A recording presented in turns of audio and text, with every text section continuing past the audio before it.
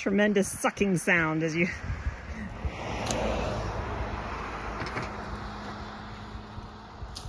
Good morning, friends. How are you today? Hope everybody's doing well. It is Monday. I'm out at Fish Ranch at the old farm to do some work and to meet a friend of mine who potentially will be leasing here. And to fill you guys in on all the excitement that happened over the last 2 days. I've got lots of footage of it for you, so that'll be fun. So Mike and I went out to the farm on Saturday, the new farm site, and first we made all the cuts that we needed to make for all the wood platform that we need to build under the shed, and got all that stuff hauled out there. And then we were going to check the irrigation to see what the pressure was up at the barn. So there had been a pretty big leak, a break in a pipe, like a week or so ago. And the owner had brought out a plumber who fixed the leak and put a standpipe in so that it was something that I could connect to. So we headed up there, and normally we would walk because it's not very far. It's 1,000 feet. But Mike was like, hey, let's just drive up there. And so we got in the car or the truck, and we drove up there. And as we pulled off the road onto the shoulder, all of a sudden we sunk. It was like the ground just collapsed from under us. We sunk almost 2 feet, especially on the left side of the vehicle. And you can see in this footage that we tried and tried. Our friend, the landowner, came out with tow rope and his Yukon, and multiple tries and a lot of digging out with shovels. We finally got it out. It took about 2 hours. But the reason that happened is that the pipe broke again, unbeknownst to the landowner or us. And so we didn't even get out of the car to go test the pressure before we sunk. And so I thought there shouldn't be water here. It's bone dry in California right now. We haven't had rains yet. So I walked up to where it looked like it was coming from, and at the top, underneath that standpipe, it was just bubbling up out of the ground, and the standpipe was completely busted. So either the repair wasn't done properly or it wasn't cured enough or whatever. Anyway, we got the water turned off, but we weren't able to test the pressure or anything like that. So that'll have to wait. But since I ended up taking the rest of the day, we went back on Sunday, Mike and I. Aiden's been sick, so he's been at home. But Mike and I spent the day building the platform, the wooden platform, and the shed. And we hadn't intended on doing everything, but he's going to be traveling, and I can't do that by myself. So it's definitely a 2-person job. So we got it all done yesterday. It's a little wonky because there's some leveling issues, but it works, and I'm super stoked because I can now put all my stuff in there. So I'm out at the new farm, at the old farm today. I'll show you how things have grown since they haven't been tended. The zinnias in the high tunnel are just amazing, and so are the mums. But I am going to start loading up the truck because all the major infrastructure here is going to stay. But, my tubs and my, shelving and stuff like that that's in the greenhouse is going to go to the new place. And now that the shed's up, I can bring everything out there. So that's going to be my project today. We've got gorgeous early fall weather. I had hoped we'd get some rain, but it seems like it's going to stay in the North Bay today, and we won't really get any, which is a real bummer. But hopefully soon, in the next couple of weeks, we'll start getting our rains. So let's go take a look at the gorgeous flowers in the high tunnel right now. And I think this is funny. Waited all summer, and now it's finally starting to climb this cattle panel trellis, which is what I had hoped, but it's going to have to come out very, very soon. Look at this.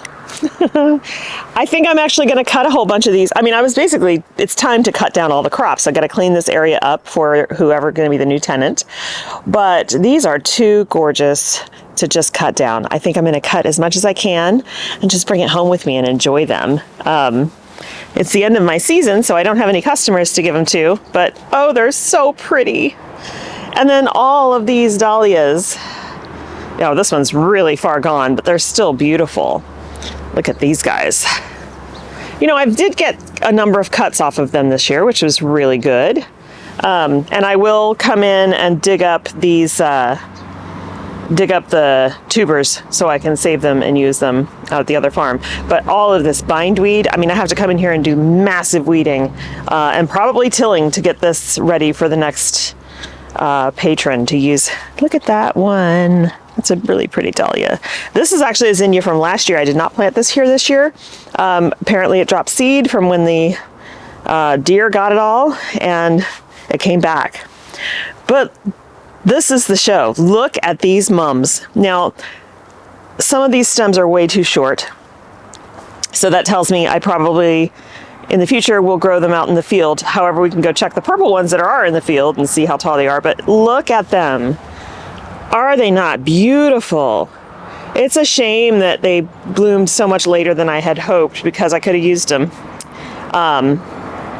I mean, I guess technically I could still harvest all of these and see if I could sell them at the Flower Mart wholesale. So I'll have to look. I just don't know how long most of these stems are.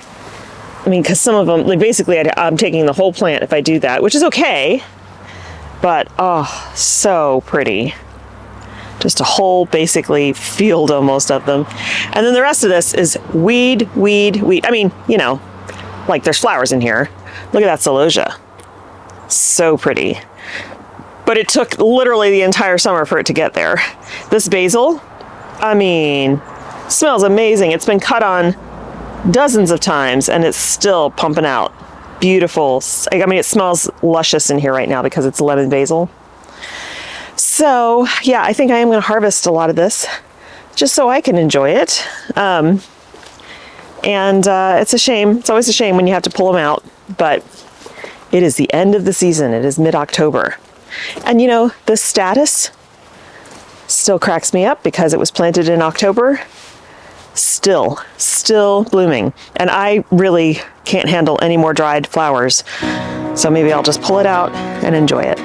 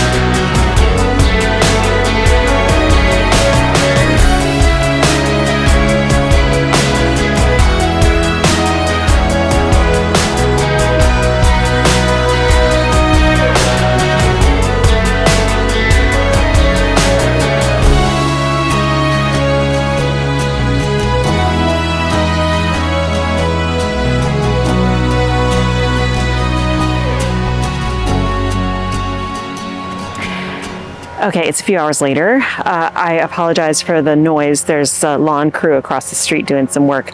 I didn't get to film everything that I did today, but you haven't missed much. Basically what I did was, after I had my meeting at Fish Ranch, I filled up the truck with as much stuff as I could fit in there. Arguably not packed very well, but anyway, did my first load to take out to the new farm and unload into the shed. And I didn't think that would be exciting to watch me unload a car, so I didn't film it.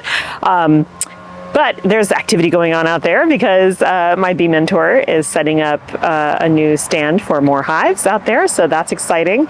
And now I'm back home, and I wanted to show you that even though we had a nice heat wave this week, and I actually have new tomatoes and more beans and stuff that came out, we're finally starting to settle into more of our fall pattern.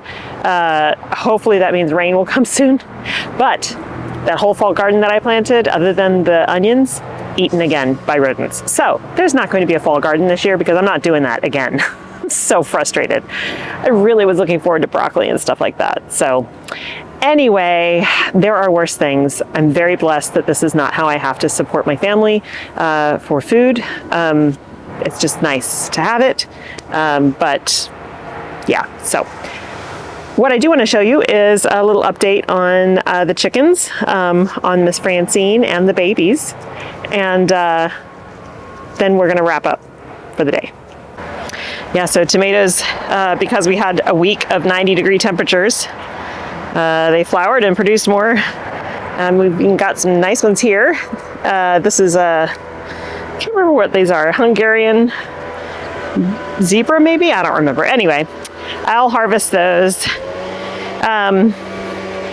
There's some on this one too. I mean, they're green, but I'm going to go on and take them because they can ripen on the counter as soon as they start showing a blush, because otherwise whatever's out here eating in the garden will climb up and eat them. So yeah, all the stuff that I planted, once again, gone, except for the celery. Apparently they don't really dig celery, but even inside the cloches, the stuff is gone. The onions are left. So I guess it's true, they don't dig onions. I'm just so frustrated. It's such a waste. None of the deterrents I put out worked.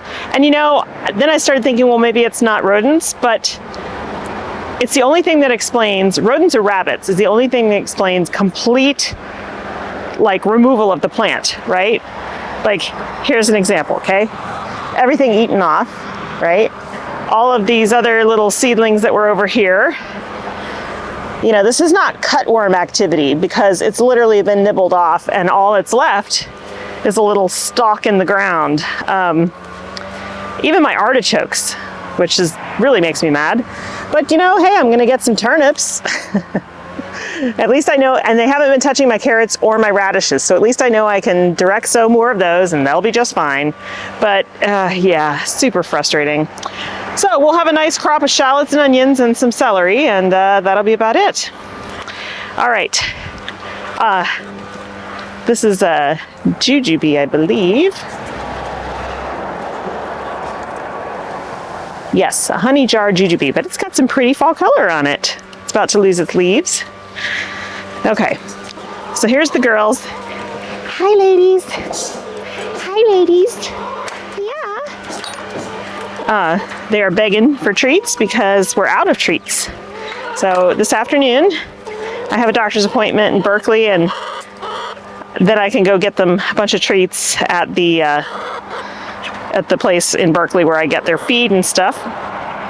And the babies, they really want to come out. And look how big they're getting. So I think what I'm going to do is let them come out for a little while I'm standing in here, and we will watch. There will be some tussles, I can guarantee it. But they need to start working this out.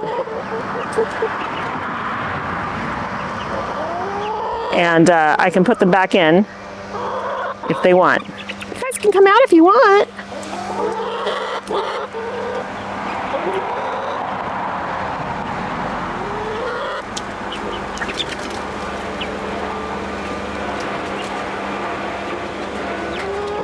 I mean, you can see the babies are definitely a lot smaller than the big girls, but they are for sure looking more like adults. Hi, Flo. I mean, at some point I've got to integrate them, and I was going to wait until they were 8 to 10 weeks, but they're starting to get really big in here. And yeah, it just might work out better for them if they start really getting used to it. But see, Francine charged them, but didn't jump on them yet. So I don't know, makes me anxious. I don't want to see any blood drawn. Okay, so I gave them about 5 minutes together. I would have given them longer, but one of the, I think the Barred Rock, went and kind of hassled them, the 3 that were out, and they thankfully figured it out and ran back into their safe coop. And so all of them together ran back in. So I closed it up, and they're safe in there. I also finally fixed a water issue in there. The babies kept knocking over their water or kicking up so much dirt into it that it clogged up and they had no water.